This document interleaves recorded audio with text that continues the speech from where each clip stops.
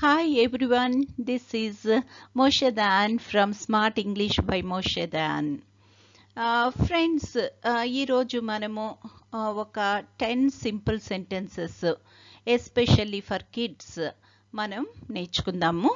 అంటే ఏంటంటే పిల్లలతో మనము వీలైనప్పుడల్లా మాట్లాడడానికి వీలుగా ఉంటుంది. ఓకేనా? అయితే 10 sentences for kids, simple sentences. Okay, ఏ సందర్భాల్లో మనం వాడతామో దాన్ని నేను ఎక్స్ప్లెయిన్ చేస్తాను.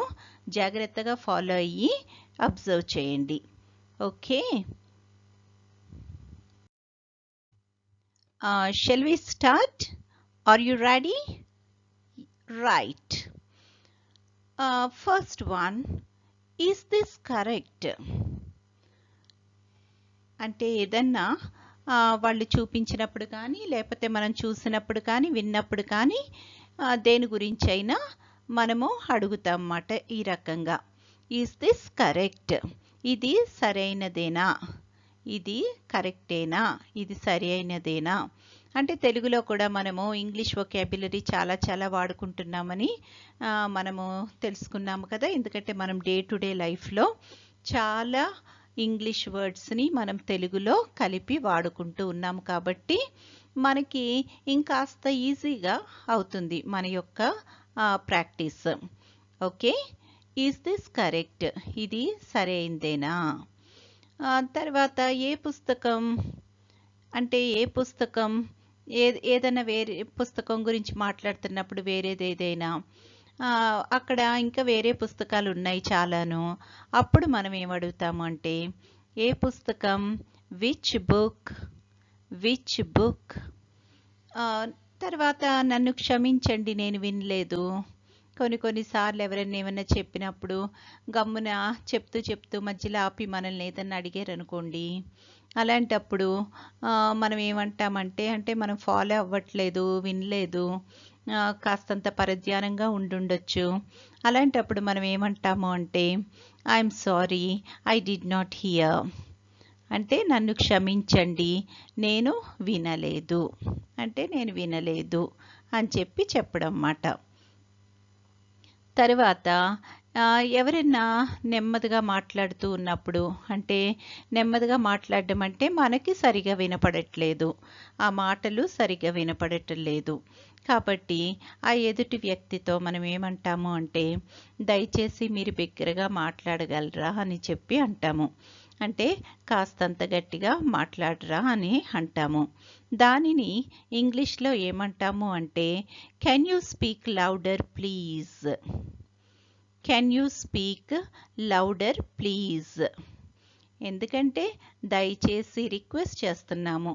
అంటే ఏంటంటే నాకు వినపడటం లేదు అని చెప్పకుండా దానికి బదులుగా మనము ఇలాగ చెప్తామన్నమాట, ఇలాగ అడుగుతామన్నమాట.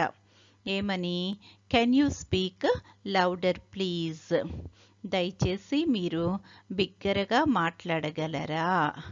అంటే అప్పుడు వాళ్ళు గట్టి మాట్లాడతారన్నమాట. తర్వాత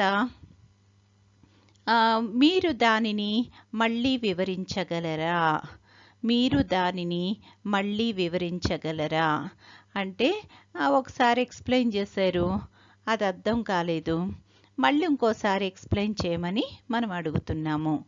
దాన్ని ఎట్లా అడుగుతాము అంటే ఇంగ్లీష్లో can you explain that again? Can you explain that again? అంటే మీరు మళ్ళీ ఒకసారి ఎక్స్ప్లెయిన్ చేస్తారా, వివరించగలరా అని చెప్పి అడుగుతున్నాం అన్నమాట. ఓకే ఫ్రెండ్స్, ఇంకొన్ని సెంటెన్సెస్ చూద్దాం. Next, when is the exam? పరీక్ష ఎప్పుడు? ఎప్పుడు? పరీక్ష ఎప్పుడు? మనం పిల్లల్ని అడుగుతూ ఉంటాం కదా, పరీక్షలు ఎప్పుడు అని అడుగుతాము. పరీక్ష ఎప్పుడు అని అడుగుతున్నాం. When is the exam? When is the exam? When అంటే ఎప్పుడు కదా. When is the exam? నేను ఇది చేశాను, నేను ఇది చేశాను అనడానికి ఇంగ్లీష్లో ఎట్లా చెప్తాము అంటే I have done this. I have done this. నేను ఇది చేశాను ఐ హ్యావ్ డన్ దిస్. ఎవరైనా మనకి ఏదైనా పని చెప్పినప్పుడు కానీ, లేకపోతే ఇది ఎవరు చేశారు అని అడిగితే కానీ మనము ఇలాగ రెస్పాండ్ అవ్వచ్చు. ఐ హ్యావ్ డన్ దిస్ అంటే నేను చేశాను, ఇది నేను చేశాను, లేక నేను ఇది చేశాను అనడానికి ఐ హ్యావ్ డన్ దిస్ అని చెప్పి ఇంగ్లీష్లో అంటాము. తర్వాత నేను బోర్డుకి దగ్గరికి వెళ్ళొచ్చా అంటే క్లాస్ రూమ్లో కొన్నిసార్లు పిల్లలు అడుగుతూ ఉంటారు కదా, నేను బోర్డు దగ్గరికి వెళ్ళొచ్చా, అదే బ్లాక్ బోర్డ్ ఉంటుంది కదా, దాని దగ్గరికి వెళ్ళొచ్చా అని అడుగుతున్నారు. అయితే దాన్ని ఇంగ్లీష్లో ఏమనాలి అంటే can I go to the board, can I go to the board. ఒకవేళ బ్లాక్ బోర్డ్ అని చెప్పి వాడాలి అనుకుంటే ఏమీ లేదు, అదే వర్డ్ వాడతాం. చూడండి, can I go to the black board, can I go to the black board. Okay. తర్వాత క్లాస్ అవుతున్నప్పుడు కానీ, లేకపోతే ఎవరైనా మాట్లాడుకుంటున్నప్పుడు కానీ, ఒక రూమ్లో మనం లోపలికి వెళ్ళాలంటే పర్మిషన్ తీసుకోవాలి కదా, అలాంటప్పుడు ఏమని అంటాము, నేను లోపలికి రావచ్చా అంటాము. ఓకే, అంటే పొలైట్ వేలో మనం అడుగుతాం అన్నమాట, నేను లోపలికి రావచ్చా అని చెప్పి.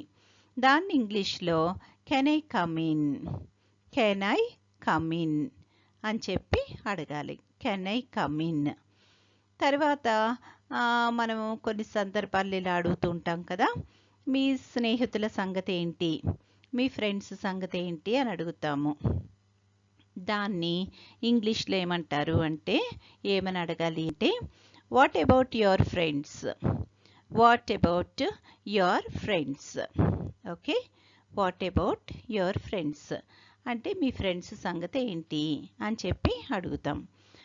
సాధారణంగా మనం ఇప్పటి వరకు చూసినవన్నీ కూడా సెంటెన్సెస్ చూసారు కదా. ఓకే, ఫ్రెండ్స్ చూసారు కదా ఇప్పటి వరకు సెంటెన్సెస్. కొన్ని సెంటెన్సెస్, ఒక 10 సెంటెన్సెస్ నేను మీకు ఇస్తున్నాను. అయితే ఇవి ప్రాక్టీస్ చేస్తూ పిల్లల్ని అడిగేవి అడుగుతూ, లేకపోతే మనము అవసరాన్ని బట్టి సందర్భానుసారంగా మనం వాడుకుంటూ ఉంటే మనకి ఇంకొన్ని సెంటెన్సెస్ మనకి యాడ్ అవుతూ ఉంటాయి. కాబట్టి మనము ఫ్రీగా మనం మాట్లాడడానికి వీలవుతుంది అన్నమాట. చిన్న చిన్న సెంటెన్సెస్ చెప్తున్నాను. మీరు ఒకటి రెండు సార్లు మీరు కనుక విని మళ్ళీ ఒకసారి ప్రాక్టీస్ చేసుకుంటే కనుక మీకు గుర్తుండిపోతుంది. పెద్ద కష్టమేమీ లేదు కదా, ఈజీగానే ఉన్నాయి. ఓకే ఫ్రెండ్స్, బాగా ప్రాక్టీస్ చేయండి. తప్పనిసరిగా మీరు చాలా ఈజీగా మాట్లాడేయగలుగుతారు ఇంగ్లీష్లో. అయితే ఒకటి ఏంటంటే నేను వెళ్ళకముందు ఒక చిన్న మాట, ఇంకా మన ఛానల్ని ఎవరికైనా మీరు షేర్ చేయాలి అనుకుంటే కనుక తప్పనిసరిగా షేర్ చేయండి. మీ అందరికీ నచ్చితే కనుక సబ్స్క్రైబ్ చేసుకోండి మన ఛానల్ని, smart English by Moshe Dayan అన్న ఛానల్ని. అదేవిధంగా ఈ వీడియో కనుక మీకు నచ్చితే తప్పనిసరిగా లైక్ చేయండి. అదేవిధంగా మీకు ఇంకా ఏమన్నా వేరే టాపిక్స్ కూడా కావాలి అనుకుంటే గ్రామర్లో వాటి గురించి లేక ఇంకేమన్నా చెప్పాలి అనుకుంటే కనుక మీరు నాతో కామెంట్ సెక్షన్లో పెట్టండి. తప్పనిసరిగా చూసి నేను దాన్ని ఫాలో అవుతాను. సరేనా? మళ్ళీ ఇంకొక క్లాస్లో మనందరము కలుద్దాము. Till then bye.